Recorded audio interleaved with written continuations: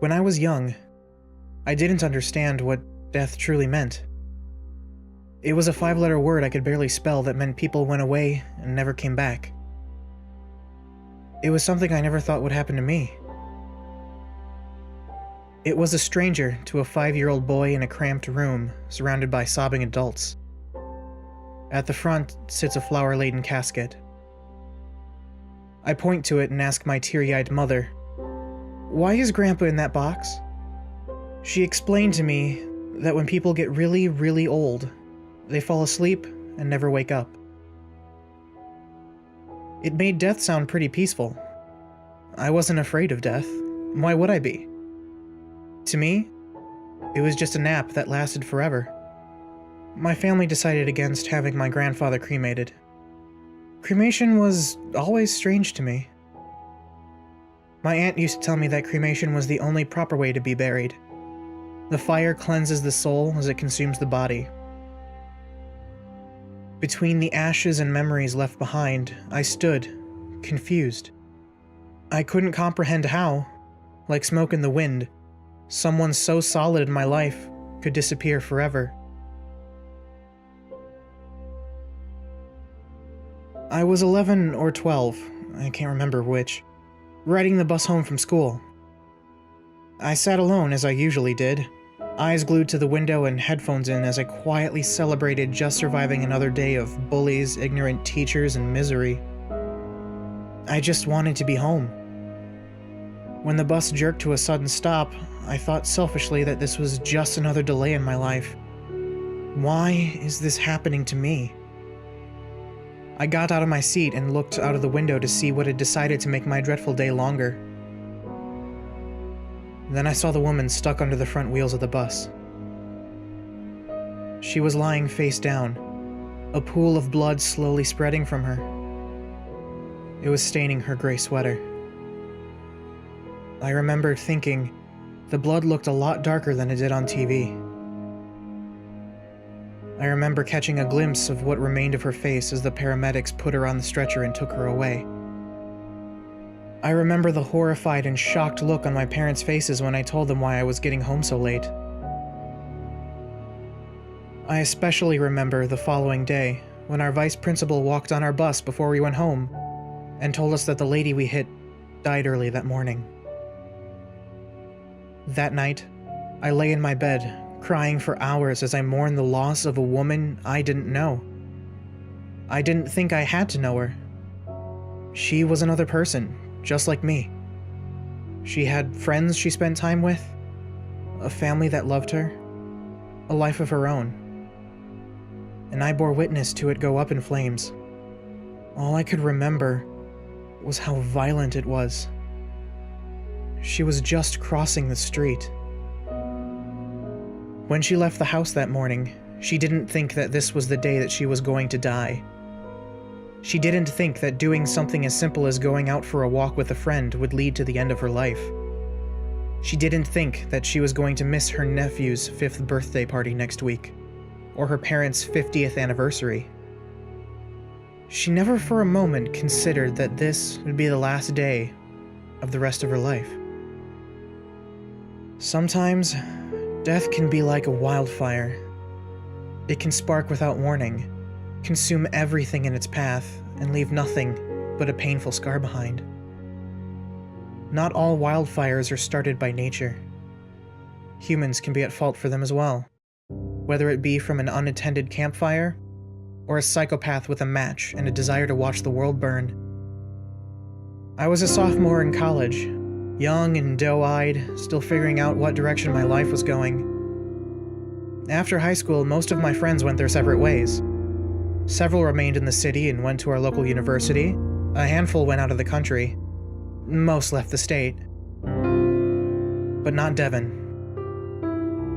I was incredibly surprised to see him at freshman orientation, but happy nonetheless. I met him in middle school, but we didn't become good friends until high school. Dancing was his life. While I was designing lights on the stage, he was the one I was lighting up. I still remember his amazing senior performance back in high school. It was to a Moby song, Mistake. He was one of the 2 people who got standing ovations. He was really damn good at what he did. In the few times a week I ran into him, he would tell me how happy he was being at our college because they had a good dance program there. I told him I was happy for him. Then I'd call him a bitch and he'd tell me to go fuck myself. Half of our friendship was us insulting each other. It's just what we did. I called him a bitch a lot, even when he texted me and told me he got accepted into this up-and-coming dance company in Atlanta. I was genuinely happy for him, although I was sad that the oldest friend I had was leaving me all alone. I told him that he was going to do great things. He told me he knew. That was the last time we really talked. He left shortly after, and we kind of fell out of touch. We'd poke each other on Facebook every once in a while, but we were too busy with our own lives to really keep in touch. I'd see an update from him every once in a while on Facebook, pictures of the performances he was in. Eventually, I stopped paying attention when my own college crisis hit. It was a really tough time for me, but I managed to muddle through it. When I thought I was coming out on the other side, I got a message from someone who I hadn't heard from since high school graduation. Hi. Oh, hey! What's up? I haven't heard from you in a while. Yeah. Did you hear about Devin? No? What's up? Then I was told the story. Devin was happily living in Atlanta, enjoying his life as a professional dancer. He'd been rehearsing for his latest performance.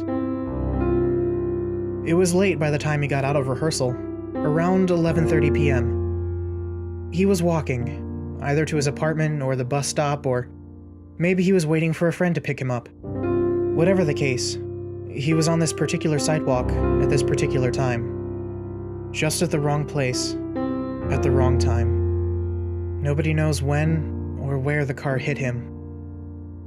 What they do know is that after it struck him, whoever was driving left him broken in the gutter to die like an animal. When his body was found several hours later, his wallet, phone, and keys were missing. Because of this, it took the Atlanta PD 3 days to get a positive ID on his body. They couldn't use dental records because most of his teeth were missing and his face was unrecognizable. For those 3 days, he was considered missing.